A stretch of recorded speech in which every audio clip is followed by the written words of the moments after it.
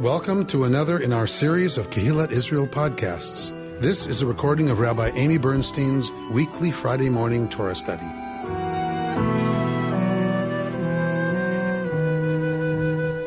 We are in Parshat Pekudei, Vayakhel and Pekudei this morning. We read them together. So we have some Shabbatot on which we read a double portion. Why do we need double portions? Why do we have them? Because we don't have a leap month. Because we don't have a leap month put into this year. So when we have a leap month inserted into the calendar, we need 4 parshiot. We need 4 Torah portions, one for each of those Shabbatot. So since we're not in a leap month year situation, we double. So then you have 4 extra parshiot. So you have to double. So they 2 of them go on one Shabbat. This is one of those Shabbatot. We have Vayakhel and Pekudei as our double parsha, and it is the end of the book of Exodus. So this is the end. Yeah. Double credit. You get double points today. We are coming to the end of the book of Exodus, so we get the book of Leviticus inserted. Remember, we have Genesis, Exodus. The priestly manual is inserted, and then the narrative will continue with the book of Numbers. So we're ending our narrative at Exodus and about to begin next week, Vayikra, the book of Leviticus. We're going to look at, because we read here, I read on a triennial cycle, we're going to look at the second year reading, which means the second hunk of, if you were to divide these 2 parshiot into 3 chunks, we're looking at the middle chunk because we're in the second year of a triennial reading. And that way we get to every part of the text by the end of 3 years. So we're going to start at 37:17. We got the instructions to build the Mishkan earlier in the book of Shemot, in the book of Exodus, and now we are coming to the construction of the Mishkan. What is the Mishkan? The Mishkan is what? Portable tabernacle. There you go. Portable. So Mishkan, because I want us to keep this in mind, that this is really what's going on this week, is the building of the Mishkan, the making of the Mishkan, and its appurtenances.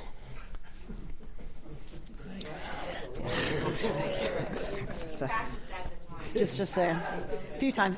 You have to go to PhD or rabbinical school to study Bible to get that word, appurtenances. All right. So we'll begin reading at 37:17. He made the lampstand of pure gold. He made the lampstand, its base and its shaft, of hammered work. Its cups, calyxes, and petals were of one piece with it. 6 branches issued from its sides, 3 branches from one side of the lampstand, and 3 branches from the other side of the lampstand. There were 3 cups shaped like almond blossoms, each with calyx and petals, on one branch. And there were 3 cups shaped like almond blossoms, each with calyx and petals, on the next branch. So for all 6 branches issuing from the lampstand. On the lampstand itself, there were 4 cups shaped like almond blossoms, each with calyx and petals. A calyx of one piece with it, under a pair of branches, and a calyx of one piece with it under a second pair of branches, and a calyx one piece with it under the last pair of branches. So for all 6 branches issuing from it. Their calyxes and their stems were of one piece with it, the whole of it a single hammered piece of pure gold. He made its 7 lamps, its tongs, and its fire pans of pure gold. He made it and all its furnishings out of a talent of pure gold. He made the incense altar of acacia wood, a cubit long and a cubit wide, square, and 2 cubits high. Its horns were of one piece with it.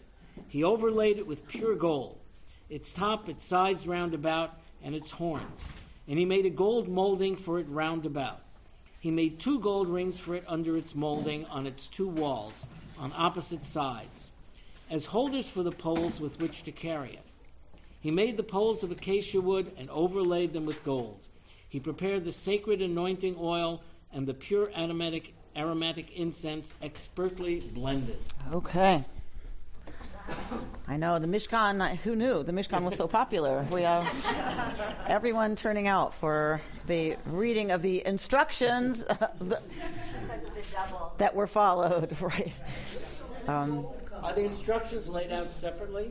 So we have Is this a repetition, just saying whatever the instructions were, he's doing it? Yes. So now we're getting the doing of all the instructions that we got before. So we made it through all the instructions only to come to the part of the Torah where, and they did. And here we go with all of the instructions. So clearly a lot of focus on detail on building the Mishkan, on building the tabernacle. A lot of care to preserve every single detail of the construction and of what went into it and how it was done and what it looked like and how they fit together and what the technology was, right? So they're very focused in preserving the details of this, the ancient Israelites. And why? Why are they so interested in all that? Why are we so interested? So what are two explanations? One is that it's to convince us that this was real. Right? This was an actual thing. We have every detail about how it was constructed, because very possibly there never was such a thing. Another is that it actually was a thing. There's one theory that it was a thing and it came to Israel with the conquering of the land of Israel, according to the great story in Joshua, that it came and it was in Israel and it had its own place up north, and then it was brought down when Jerusalem became the center of cultic activity. And so that if it was a real thing, then it's them really remembering with great love this shrine that was their connection to the divine, right, in a time where there was a lot of chaos and not necessarily any clarity about, what the cult would be going forward and what Israel might be. Because remember, Israel was started as a loose confederation of tribes. Right? It was 12 tribes. They were a loose confederation. When there was a national emergency, a judge would be chosen to be both the military leader and the de facto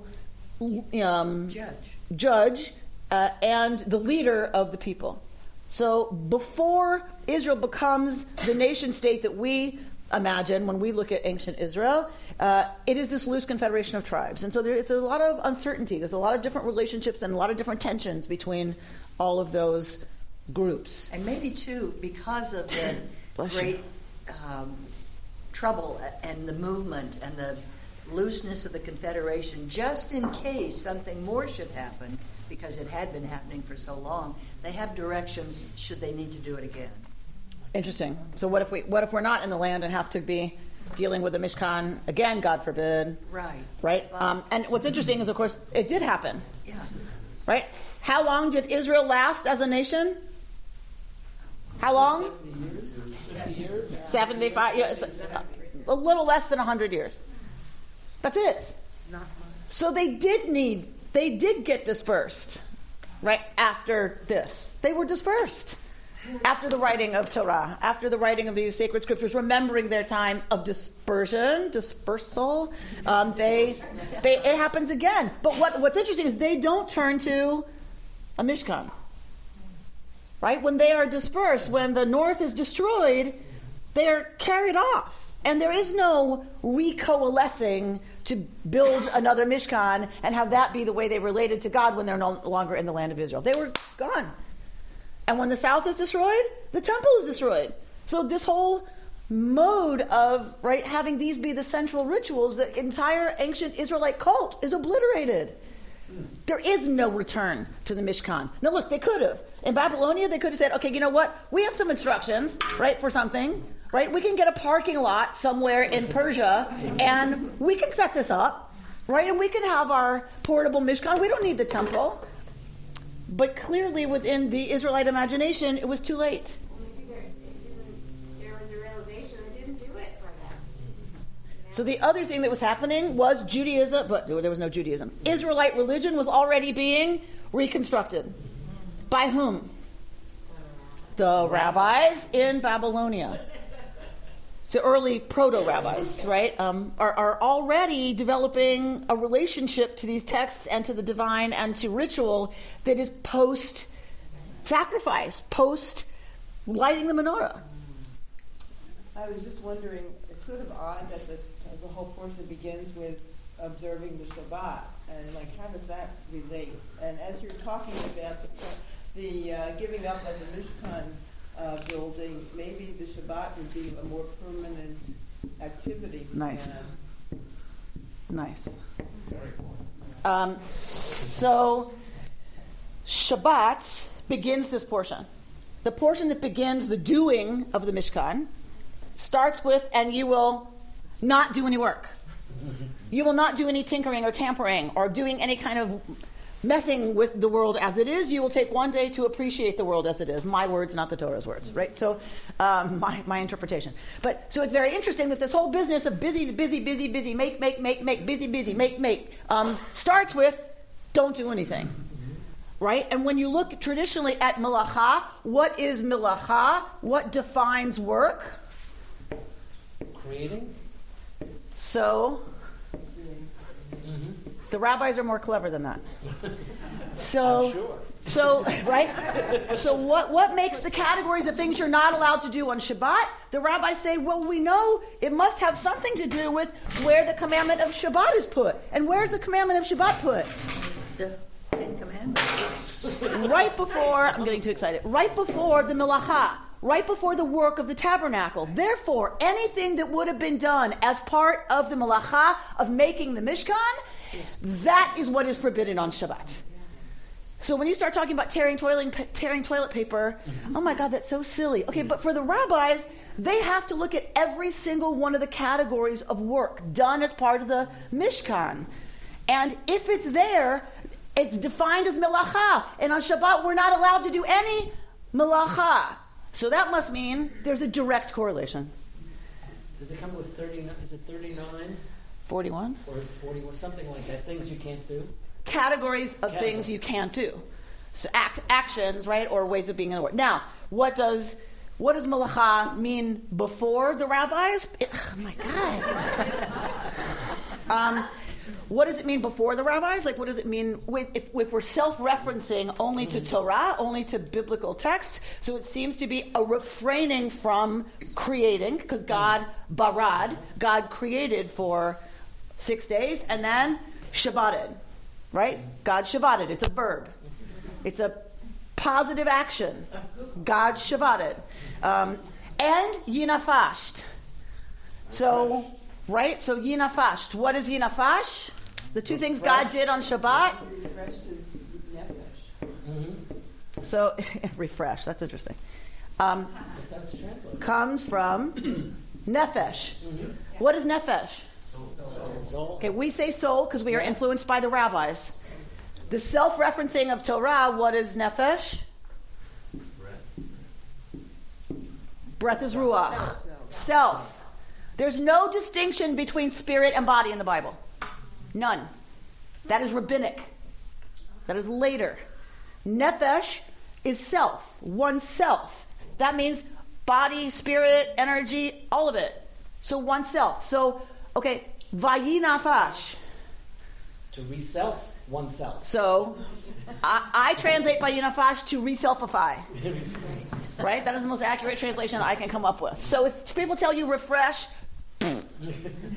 it's like Febreze. It's like, no, it's not like refreshing. It's re-selfifying.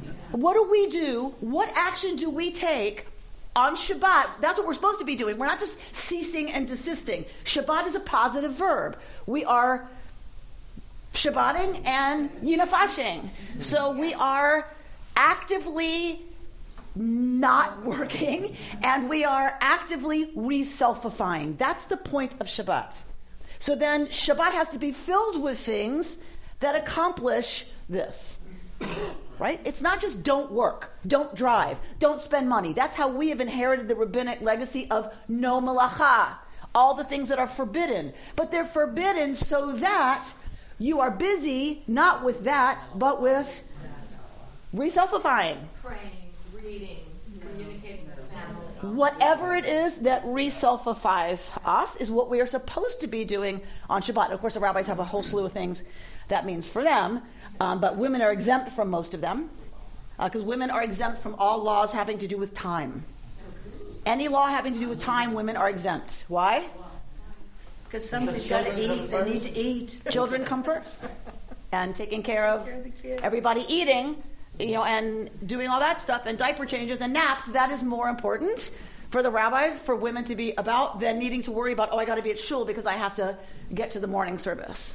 Or with reselfifying. Or reselfifying, right? Oh, right. I don't need to do the jacuzzi because it's nap time. So Shabbat is about doing those things that will help us become more our own nefesh, and not to do malacha. All right, but I want to tie. So I wanted. What was I going to do? I was going to tie Shabbat to Mishkan. So the idea becomes that the pairing of malacha and work and Shabbat is one pairing.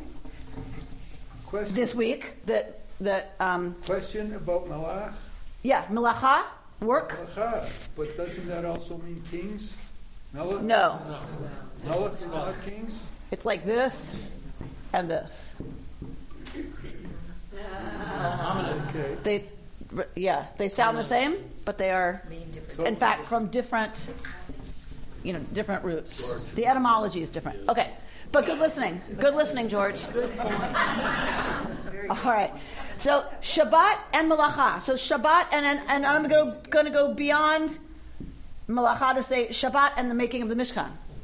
Right? So because the Mishkan really is what? A representation of, well, several things, but what? The ark. The space for holiness. The Mishkan is a replication of the cosmos. Of the world, of the created world. Right? What is the menorah in that? We just read about the menorah. What is the menorah in that system? The lights. What light? Sun, moon, stars. The celestial lights, right? So every element of creation is represented in the Mishkan. So the relationship between Shabbat and Mishkan, the Shabbat to the tabernacle, is also about the world and then Shabbat. And Shabbat's connected to creation. And Shabbat's about not creating. Right. Right? So there's also a creation. There's also a relationship between Shabbat and the Mishkan itself, the Mishkan representing the created world, and all that's in it, and all that we do as part of it, to say both are necessary.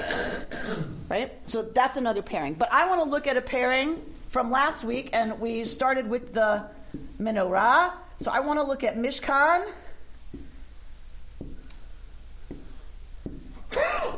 and calf. Yeah, it sounds like calf. All right, what happened last week? Quickly, for the people who weren't here, what happened last week? Melted down. And made a golden calf. They melted down the gold jewelry that they borrowed from the Egyptians on their way out of Egypt. And Aaron says, I threw it in the fire, and whoa, out came this calf, right? But we're told earlier in the story, Aaron gets all the gold. The people are flipping out that Moses has not come back down the mountain. They are flipping out that their fetish is gone. What represented God to them was missing. And so they need another fetish. They need another symbol on which to place their connection to the divine. So they ask for a god. Give us, Aaron, a god. And they are like ganging up on Aaron to the point that presumably he is fearing for his safety, or what's going to happen next, even if it's not about him. They're beginning to riot. And so he takes their gold and he makes an egel masecha, a calf that is molten. So you take gold and you pound it out super thin and you lay it over something, presumably of wood, and it was a big one, of wood, and you lay the gold over it, and that's the egel masecha, the golden calf. All right. So why a connection here? Y'all were with me last week. What? It's a whole other child thing. It's a whole other child thing last week, right? They're building the Mishkan out of gold, not the calf. So once again, we have gold, right?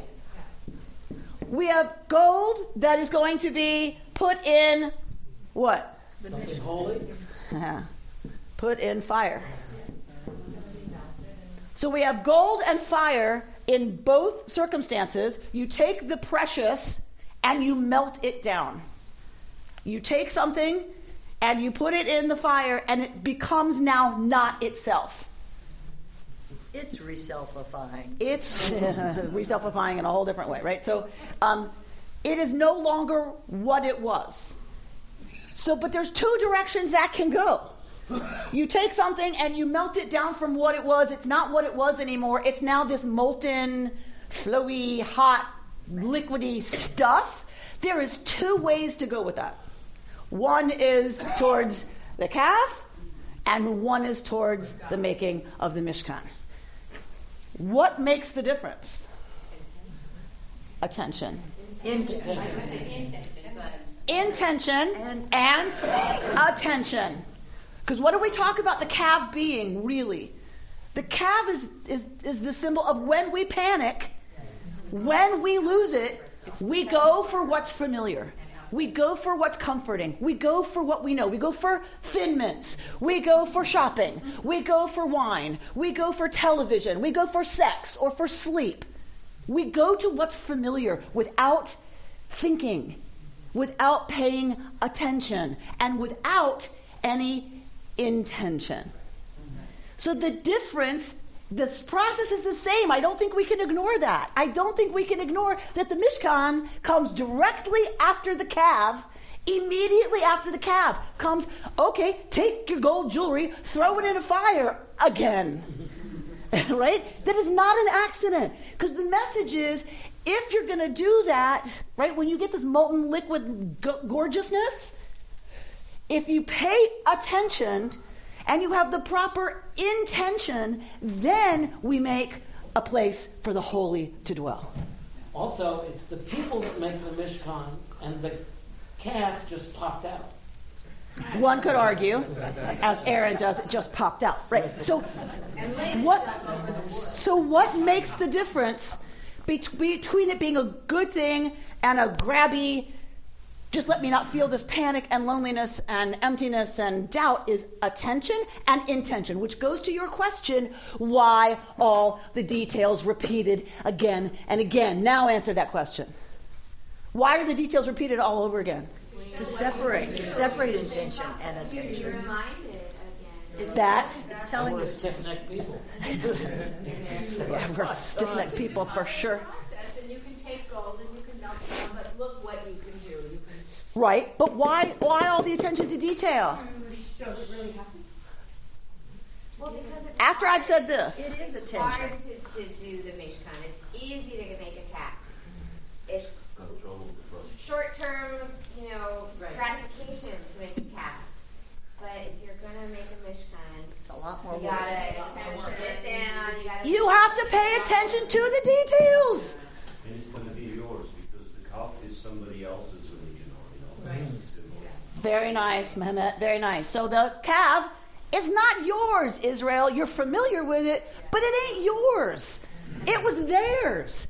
Whenever we reach out there, it's never about who we are or who we're becoming, right? It's always about out there. It's theirs. It's never really me, right? And therefore, it's not authentic. But we have a choice. When we get that molten, yummy gorgeousness, we can pay very close attention to the details. And that's a lot harder to do than just grabbing for what's familiar, what we know, what's out there, what they tell me is going to make me my most authentic self. It's driving a BMW. It's being like 7 pounds thinner, right? And hair thicker like it used to be. Like all the things that we are told from the outside make me and the best me, right? But that's not authentic. Yes? It's also an expression of devotion. When you think about the details, that's, if you think in terms of craftsmanship, this is stamped Tiffany. It's exquisite in its preparation. Lovely. It's an expression of devotion. Lovely. So, because it's not just any details, and it's not just intention, it's, I have to do it. And it takes a lot to do that. And that's why Tiffany lamps are so expensive. That's why they get that seal, is because there's great intention of beauty, and of why I'm doing this is to make something truly beautiful. And that is always about devotion to art, to beauty, right? To making the world a better place. If you're doing social justice, whatever it is, the idea is it's devotional to spend this much ink, much less the sweat equity, right, that would have gone in the artisans and all of that would have happened, and all the procedures that people bringing stuff and all the following of the detail to the nth degree. That is devotion. And for the rabbis, this was a devotional text. Reading the details of the Mishkan was actually devotional, because they understood that that's exactly what the original process and set of instructions and reading of the, writing the instructions, preserving the instructions, then walking us through the doing of those instructions, they understood that absolutely as an act of devotion. And it's that, are we ready and willing to do that? Are we ready and willing to spend the time and the energy and the attention that it takes to not go for Kav, but instead to go for Mishkan? Again, it's the action. Amy, is the core of this then the different, to do the Kav requires magic and suspension of belief. To do the Mishkan requires engagement. Interesting. Real engagement. And do you find that the same with the Kashrut rules too? Is that part of the motivation? You've got to engage. If this had been reversed, Aaron could have built a Mishkan out of the fire. And it wouldn't have been the same, would it? Nobody was involved. It was just magic. This took the whole society to focus and do. Right. So I think that is an important distinction. Is first of all, the Kav. We had one guy involved, whether it was magic and it popped out of the fire or he made it. Like you said, it's one guy. This is everyone. Everybody's involved in the Mishkan, and two kinds of being involved. There's the bringing the half shekel that everyone had to do, so that it was democratized, and then there were the gifts that were of nadiv lev, people who were of voluntary heart. They brought over and above the half shekel. So yes, one is solo. Right? Work, which we are told, that is not a Jewish thing. Instead, right, the Mishkan is about everyone in the community participating in creating it and making it. It's not just solo. There is suspension of belief. Well, with the calf. Sort of. But we think, no, they saw the calf as proof that God was there. God was dancing on the calf. The story of how the calf was created. But that's only Aaron's version. The Torah's version is he melted the gold and made a molten calf. Aaron says, when Moses challenges him, why did you do that? Aaron says, well, I threw in the gold and the calf came out. Right? That takes some suspension of belief, right there. Perhaps there was some time difference between the time of celebrating the calf and the building of the Mishkan, but it also took an almost about face in terms of the devotion to the calf and then devotion to the Mishkan, done in a quick sort of way. Right. So then one might question, how real is the turn to the Mishkan if it's like that? It was Moses for God, then it was a calf, and now it's the Mishkan, right? That these people are who knows what tomorrow will be. This people is a little changeable, right? But if we read the text in ways that are going to make us a little uncomfortable, what happens at the end of the calf incident? Mass murder. Who's murdered? All the dancers. All the people who got up to dance. The people who were playing, the players. It was like some ridiculous number, right? So the only thing to go against they're so changeable is if everyone who participated in the calf incident is now gone, who's left are the people who didn't do that, even when tempted by peer pressure. And those people are then the ones who are prepared to build, make, and focus towards the Mishkan. But to tie it back to Shabbat, isn't there sort of almost a rabbinic through line? Yes. And that is? Where ultimately the Mishkan gets replaced by Shabbat. Nope. Here, watch. Calf, You're right, there's a through line. But here's what it is. The through line is calf, Shabbat, Mishkan. Tell me about that through line. It's the action that's being worshipped, not the item. Tell me about the through line. So you're building the calf and you're all wrong, and then you take the time to recenter and say, what is my purpose? What should my intention be? And then you build. So Shabbat becomes the linchpin. Right. Is it going to be an egel or is it going to be a mishkan? Because the gold melty stuff can go either way. And it seems to be our proclivity is to go to the calf. That's just what happens naturally because we're human beings. God says, okay, I get that. So it's clear that you need something that's going to pull you away from that, right? So what is the thing that's going to do that is Shabbat. It redefines the intention. Don't rush to recreate. But you need to recreate on Shabbat. Right? You're going to recreate. You're going to recreate to recreate you. Don't rush to the next week. You have to take a stop between this week of creating and that week of creating, because that is where you get your intention and where you stop long enough to pay good attention to who am I? Where am I going? What am I doing? What are my priorities? How am I behaving? What are my relationships like? Where am I putting my time? Where am I putting my resources?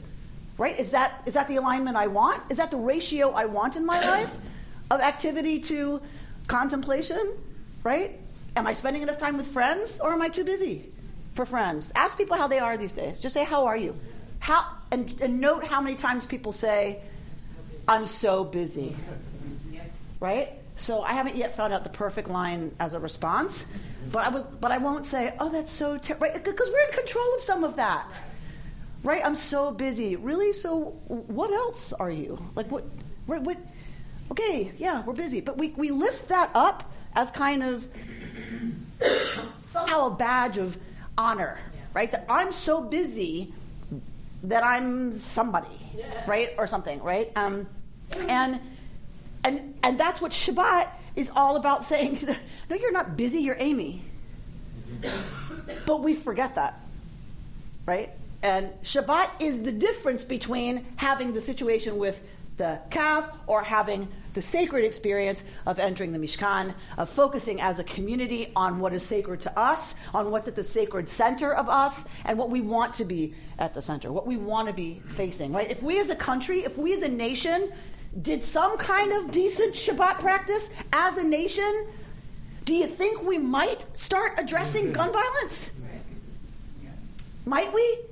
If we all just really shut up and said, okay, we're going to take a break from all the busyness and all the doing and all the static and all the noise, and we're going to really focus on what we think is important right now, what our values and morals and ethics would call us into if we really lived into them honestly, would we not be having a slightly different conversation than what we see when we turn on whatever national program we're looking at? George, you've got that look. Given if this is the definition of Judaism, which is in Shabbat we reconsider and think about the whole thing, it seems to me that defies the generalization that religion is the opiate of the masses, and that the opiate of the masses is choosing the calf all the time. Is that I could not have said it better myself. That is a brilliant insight, George. That is a beautiful insight, because that is the charge. That religion, all religion, is the opiate of the masses, right? That it frees you from having to think, and it makes you feel okay about everything, and then you can accept everything, and the powers that be get to manipulate you. But you're completely right that Judaism says that's the calf. That's junk religion. That's junk food religion. And there's plenty of that out there, let me tell you. Right? If she weren't so angry, she wouldn't have gotten cancer. Right? She internalized everything always. And of course she wound up dead at 57. Right. So that's junk food. That is spiritual garbage junk food. That's the calf. That is the opiate of the masses, for sure. Get them to focus on that. Let them dance, right, and do what they want, and then they're happy, and then you can manipulate them. That's absolutely the case. Shabbat, the demands of our tradition, demand something much harder. It ain't no opium to say, I have to stop being so busy. I have to stop doing all this stuff and actually attend to what's going on here. Wait, right? And face what comes up: the panic, the loneliness, the pain, the shame, whatever's going to come up. You're asking me to be with that and sit with that and hold that and not react by doing something familiar and busy. Oh, that is the opposite of opium. You get to the same place, hopefully. You eventually come to a place, we meditate together every week. Mm-hmm. We get to a place where we can move past some of the chatter and be in this amazing place of, it really is all okay, whatever it is. So it's the same place, but it's not through the haze of opium. Mm-hmm. Does that make sense? It's real food. It makes you feel good, like junk food does for a minute, but it's actually nourishing and sustaining and makes you a better you and healthier and stronger and more resilient and more able to respond rather than react. That's real religion. But isn't it also that God is saying that we as individuals, every one of us has that within us? Yes, absolutely. We're empowered with it just by virtue of being human. It's how we're designed. Right. And God knows, says our tradition, that Shabbat is what makes the difference. God doesn't say, those humans, they're so awful. They go for the opium all the time. Well, so do rats. Although they just found out, that rat study where give them drugged water or not drugged water, and they'll drink the drugged water and kill themselves. You know this, right? So even rats will go for the opium every time. Except they just did a new study where they always take male rats and put them alone. For this study. No, it's okay. So the new research took that same rat and gave it lots of stuff to run on and wheels and company and healthy associations and lots to do. And guess what? He didn't choose the drugged water. It chose the regular water. We choose the opium particularly often when we are alone, when we are isolated, when we feel isolated, when we're lonely, when we're scared, when we feel there's no one I can turn to, right? No one to share it with, when we're connected in really healthy, amazing ways, and we're about really amazing things in the world. It turns out we reach for that less often. And so Shabbat is about, encouraging those kinds of relationships and those kinds of ways of being so that we don't need to choose the opium. But my point earlier was, so God knows they need Shabbat. It's fine. So I'm going to give them Shabbat so that they can be about building a Mishkan, because they need to be about something. They're human. And within every one of us is the nefesh that can be yinafashed, because we are created in the image of the divine. If the divine could do Shabbat and yinafash, we can too. And we are a Mishkan Me'at. Every single one of us is a small mikdash, a small sanctuary, right? And therefore, absolutely, it's not a pejorative. They're just human. And within every one of them is the capacity, if they do good spiritual practice, if they do that, they have the capacity to lean into the holy and what's productive and what's about creating holiness in this world rather than garbage. Seen that way, the prohibitions really are not the point. They're there to make the space to be able to do Shabbat. And part of there are people for whom the prohibitions become the opium. And the point isn't what you don't do on Shabbat. The point is what you do. I very respectfully agree and respectfully say that I think for many people, the halacha becomes the egel. The halacha, the law, becomes the egel. Right? That it stops being about you don't do all that stuff so that you may, and becomes the focus itself. You can't, and you're so focused on tearing the toilet paper before sundown that it's kind of like, what did we do that for, right? And that is where we come to progressive religion. Making the that says, when are the don'ts helpful, and when are they becoming just another cad? Meaning, I observe more stringently than you do. Right. I don't even tear toilet paper. I use Kleenex. It becomes a competition. It becomes just another way that we do this craziness, right? Right, and that's always been a criticism, right, of the halachic system. It's been an anti-Semitic criticism used by Christians often, right, to say, see, those Jews, they're just all legalistic. That's all it's about for them is the law. So we react to it, which is why I said respectfully, because people are going to react if they listen to this, to what I just said, as anti-Semitic. It's not. It's been used by Christian anti-Semites to make their religion supersessionist, right? It's better because it's focused on God's love and all of that and faith, and rather than all these no, you can't. And what I argue from within the tradition, with great love and respect for the tradition and the no's, is that we get lost in the observances and we forget what the point is, right? And that's where we get in trouble. Amy, kashrut requires community, requires individual engagement. Does this have the same impact as the calf? In other words, the nose of kashrut, have they become the calf? Is there a purpose to kashrut? I would go where Amy went, but also add to that respectfully that this has been part of the Jewish tradition, these two poles. And there have been, whether it's the Pharisees and Sadducees, whether it's the Hasidic movement in the 18th century, that Judaism has always had these two poles interacting. And it's not just anti-Semites who have attacked just going through the motions, but Jews as well, looking for what is the right way. So the tension is between keva and kavanah. The tension is between keva, that which is set, and kavanah, intention, sacred intention. So if you have only keva, you have a calf made up of, just a bunch of don'ts and do's and don'ts and do's and don'ts and do's.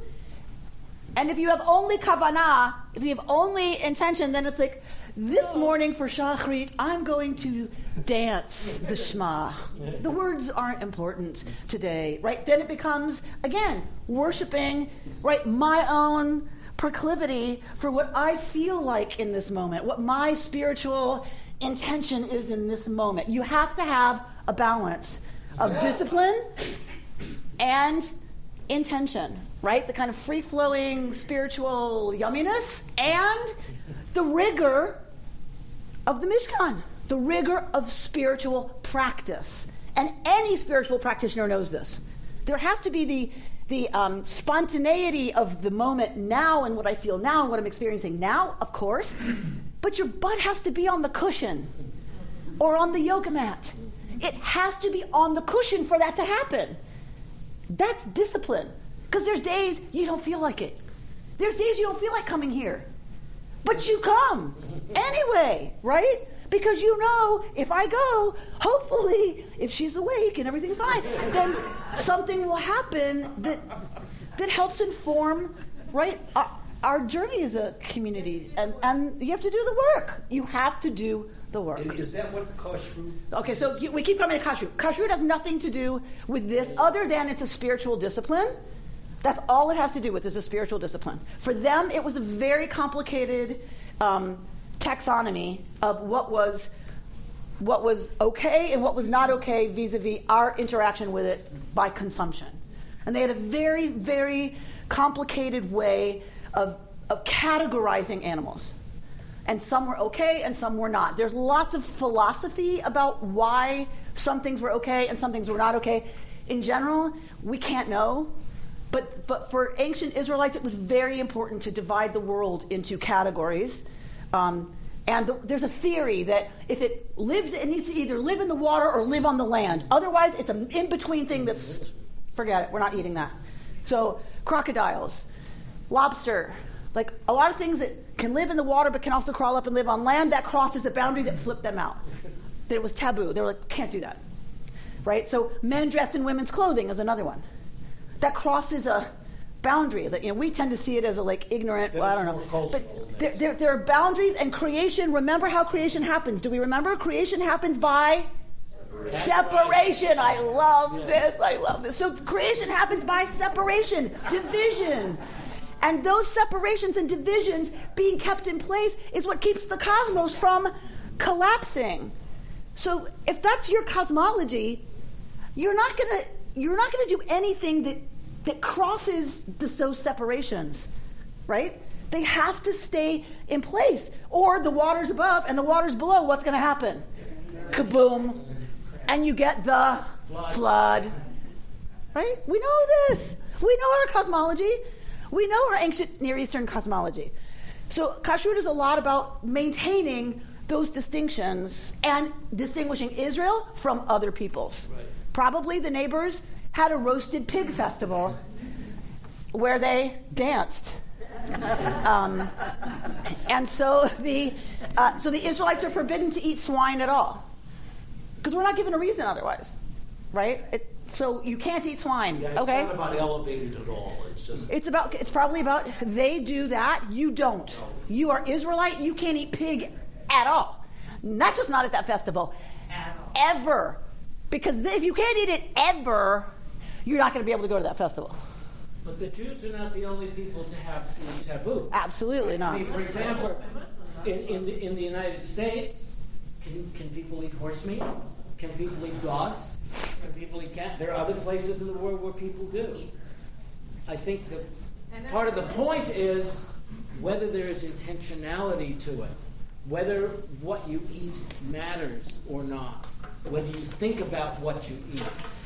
It's not. That was the point I was trying to make. That the Mishkan was a one-off. That the community can't do another Mishkan. But if you keep kosher and then feel engaged and feel better, take the time out. You're performing it better. Right. So it's one of the ways we can maintain connection with early Israelite identity, which is why I personally don't eat pork and don't eat shellfish. It's just a way for me to stay connected to a practice that has identified us as Israelites/Jews for thousands of years. It's not because I think it's wrong to eat it, right?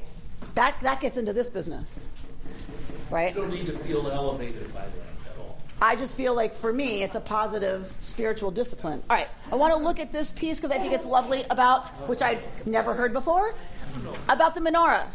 So the menorah we just read has a bunch of what kinds of blossoms?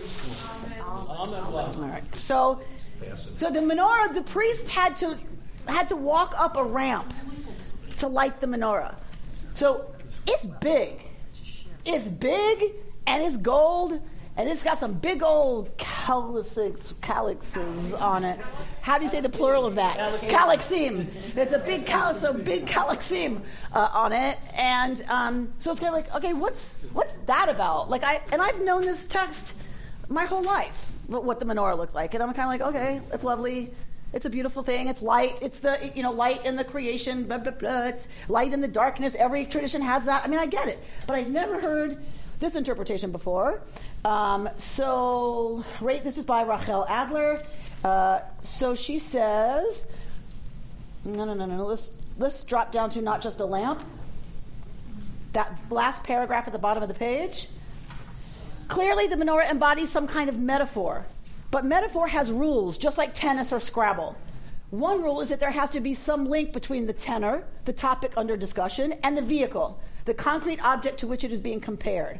What then is tall as a kaneh, with kanim extending from it, and prachim intermixed with bud-like swellings, kaftorim. The menorah is a representation of a flowering almond tree! Exclamation point. The almond tree is distinctive not only in that it blossoms early. By the way, the almond tree is the first tree to blossom in Israel. Guess what blossoms on Tu B'Shvat? The almond tree. It doesn't blossom actually. The sap is done being pulled. The sap starts to run into the tree at Tu B'Shvat. into the almond trees. The almond trees are now, all the rain has fallen, it's going to fall, and the sap begins to be pulled up through the tree that will lead to prachim, to blossoms. So the almond tree is distinctive not only in that it blossoms early, but also in that it then rapidly buds leaves, develops new branches, and forms its sustaining fruit, all before the flower's calyx drops off. Who knew? In Hebrew, the name shaked, which is a name for an almond tree, means the early walker, and it may symbolize God's watchfulness or the speed with which God responds. But it is also the legitimating emblem of the Aaronid priesthood. Remember, he takes his staff, there's a challenge to him, he puts his staff in the ground, everyone else puts their staff, and his blossoms into an almond tree. So that's how he is then, it's after Korach, right? After the rebellion of Korach. It's how he's, what's the word? Not justified. Ordained almost? No.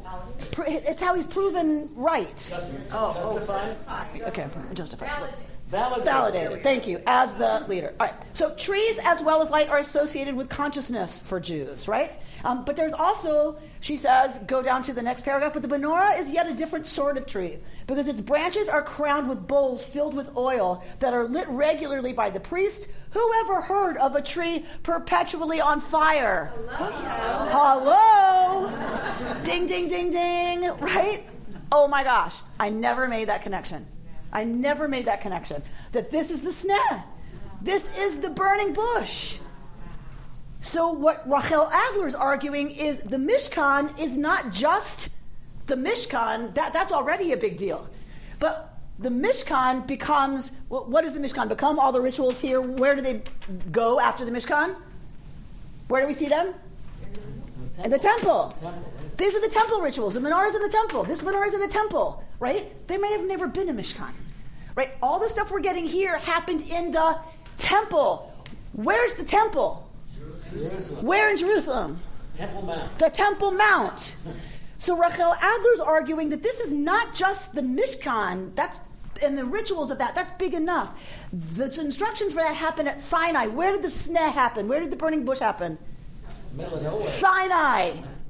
So what happens with the menorah being the tree perpetually on fire is it turns Sinai into Zion. You've got the temple on a mountain, and now you've got a representation every single day of the tree on fire, and what you have is now the transposing of Sinai onto Zion. To refocus the encounter at Sinai as now that happens at Har Zion. Now that happens in Jerusalem. Brilliant move by the Israelite leadership. That's brilliant. Take a sacred tradition from the desert experience, from a desert peoples, from whatever, and you transpose it. You take a tree sacred to the pagans, and what do? You put it in your house. Now it's a Christmas tree. Now it's about Christ. The return of the Son, S-U-N, becomes the birth of the Son, S-O-N. Brilliant! And it worked. You take the Virgin Mary and you transpose her onto whoever it is in Guadalupe. On whoever the local female representation of God is. Oh, genius!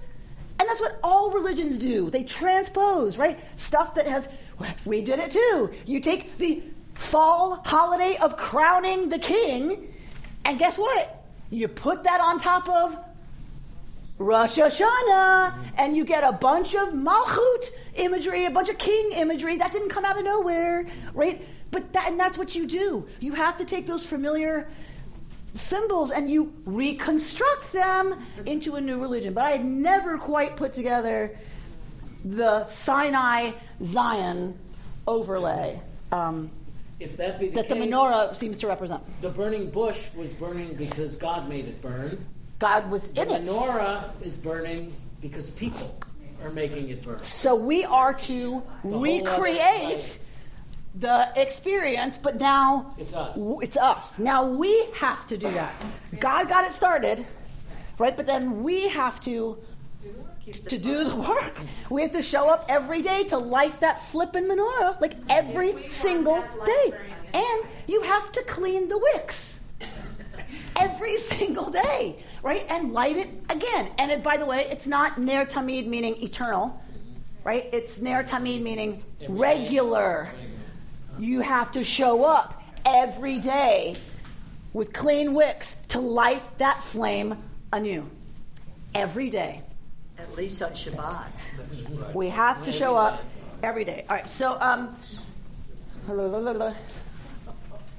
her last paragraph there, we cannot relive the moment when a startled shepherd sees a terrible and wonderful sight, a tree on fire unconsumed. We can only make a memory tree to remind us of that moment, an artifice that we ourselves, Bert Kleinman Hardy suggested, ceremoniously set afire amidst, she says, song and liturgy. The memory tree is a tree of wonder only, and not a tree of terror, which it was for them, right, on Sinai. Their experience of fire on Sinai. We take our chances, stubbornly continuing to set our memory tree on fire, real fire, with all its potential for enlightenment and danger, reproducing the encounter with that fiery presence we seek and yet fear, the revealer of mysteries, the dweller in the bush. So we are now post. So you had Sinai, it gets overlaid on Zion, but we don't have Zion anymore. We don't have the temple anymore. So if the burning bush imagery is used and now it becomes the menorah, that's the new imagery, then we have to think, okay, what's the menorah now? Is what Rachel Adler is saying, right? If we are commanded in this holy ritual of the menorah to light that tree on fire anew, showing up, doing the work, doing the practice, taking responsibility, lighting the light ourselves, then what's the equivalent of that now for us? And so I think the real question for progressive Jews is, what is it? Really, truly, what is it for us, right? And she's saying song and liturgy. I believe it happens in this room every Friday morning. I believe that's what we're about, is keeping that flame going and showing up and doing the work and confronting the texts and confronting the ideas and wrestling with them. And we do it when we sit in meditation at 11:15. We do it on Shabbat when we come together. We do it if we do our own spiritual practice, right? Whatever that is. But I think that's our challenge, is to really live into taking the work seriously. What does that look like for us? And what is that, right? Where's the illumination for us that was so rewarding and fulfilling to generations past? Richard? But then doesn't that make Shabbat the ultimate sanctuary? Yes. In other words, it's not only a reconstruction of the Mishkan, because Israel is an autonomous entity. It's not a dispersed people anymore, so to speak. They could build a new Mishkan. We choose to be dispersed. We choose to be dispersed, but I mean, to some extent, we have a place in the world now, so to speak. And we have it in our power, should we choose to do so. We could build another Mishkan. Yep. If we want to. Folks are already working on it. But we sort of choose not to. But that's because there's I don't know where the saying is, but it's it's not so much that the Jews have kept Shabbat, but Shabbat has kept the Jews. Rabbi Abraham Joshua Heschel. Okay. So the Mishkan is a physical manifestation of a sanctuary. It's a place where the cosmos can sit, where it's manifest. The Shabbat is not just a time for us to recreate and reset, but it's also a safe place for us from the rest of the world. It's ours. It's a sanctuary that cannot be destroyed, cannot be taken away. It always sits with us. And that's what Heschel says is the monument that the Jews chose to build. Was not a monument in space. We built a monument, a cathedral in time. That our great cathedral, if you want to tour it, is happening from sundown on Friday to sundown on Saturday. You're free to tour anytime that cathedral, right? And that is what has kept the Jews, because it didn't matter where we were, right? Once the Mishkan, meaning the temple, is destroyed and those practices are destroyed, it is Shabbat that continues to be exactly what. But there is what our admission sanctuary charge is to that cathedral. Mm-hmm. The admission charge is the practice. Yes, because Shabbat's going to happen anyway, which I always try to remind myself. Shabbat happens anyway. It's already part of creation. We don't make Shabbat. Right? But we can choose to participate in Shabbat, which is why you'll always hear me say about Kiddush, we participate in the sanctification of Shabbat by. I never say we sanctify Shabbat. It's already sanctified. It's already Kadesh. Right? Kiddush is about, something that's already Kadosh. And that happened as part of the construction of the universe, according to our mythic tradition, that God makes Shabbat a day set aside. That's what Kadosh means, right? Set aside. There's no holy in Hebrew, as we've said many times. It means set apart, set aside. And so that's already done. It's about whether or not we're going to take advantage of that. Right? We can choose to stomp all over it, or go, oh, right, this is that day, right, that is Kadosh. We can accept the invitation. We can accept the invitation, because the party's happening. Right. Are you going to go? You can sit home and complain about how horrible your life is, or you can just go to the party and dance, and right in our PJs. I was just saying, you probably all know that the whole point of all those ways of the progressively Jews sanctifying it by whether it's steady or that's not the end point, obviously. That's why all the windows in the rooms, right? It's to turn it around and then go out and do Jewish World Watch or American Jewish World Service and all the different ways we participate in the world. Just wanted to, I know we all know that, but it's not something that we just said, and it's important to remember that the point of all of it is not to study or figure out how to light the candle, how to light the No. It's to figure out what is our practice now that's going to remind us of what the menorah reminded the Israelites of, that the light of God is available, and that we need to kindle that, and we need to tend that, and we need to be about that, and we need to remember that it's here, that it's Nishmat Adam, Ner Adonai, right? The human soul is the wick of God. Right, that we are an air, we are a candle off that flame. So the menorah was never supposed to be an end in itself, right? It was supposed to remind the Israelites of what they were supposed to be, which is an Am Kadosh, a holy people set aside for divine purposes of making the world a better place, and refracted through, right, Torah, through the values and ethics and morals and teachings of the Jewish people, however we understand them at any given time. So thank you, Laura, for that reminder that practice is not just about practice. Practice is about changing us individually and then changing us collectively so that we then help change the world. That is the point of our Shabbat practice. That's the point of our study, the point of our liturgy, the point of gathering together. And so we will now do what we always do to close our time. We will hold in our care all those who need it with the Mishaberach, and then we will remember all those on whose shoulders we stand by reciting Kaddish, Shabbat Shalom. You've been listening to Rabbi Amy Bernstein's Friday morning Torah study from Kehillat Israel in Pacific Palisades, California. For more information, go to our website, www.ourki.org.